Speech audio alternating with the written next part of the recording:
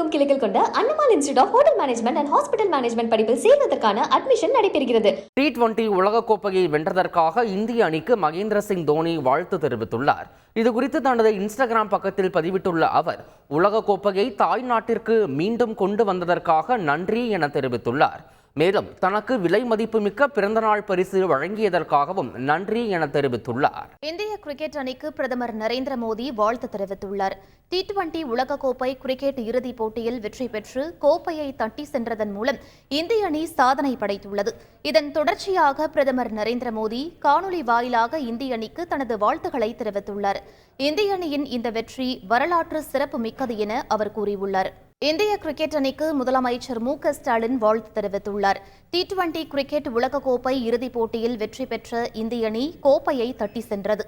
இதன் மூலம் இரண்டாவது முறையாக T20 உலகக்கோப்பையை வென்று சாதனை படைத்த இந்திய அணிக்கு வாழ்த்துகள் என முதலமைச்சர் ஸ்டாலின் எக்ஸ் தளத்தில் பதிவிட்டுள்ளார். இந்திய கிரிக்கெட் அணிக்கு ராகுல் காந்தி MP வாழ்த்து தெரிவித்துள்ளார். T20 கிரிக்கெட் உலகக்கோப்பை இறுதிப் போட்டியில் இந்திய அணி வெற்றி பெற்று கோப்பையை தட்டி சென்றது. இதனைத் தொடர்ந்து காங்கிரஸ் MP ராகுல் காந்தி தனது வாழ்த்துக்களை கூறியுள்ளார். இந்த வெற்றியின் மூலம் இந்தியா பெருமை அடைந்துள்ளதாக குறிப்பிட்டுள்ளார்.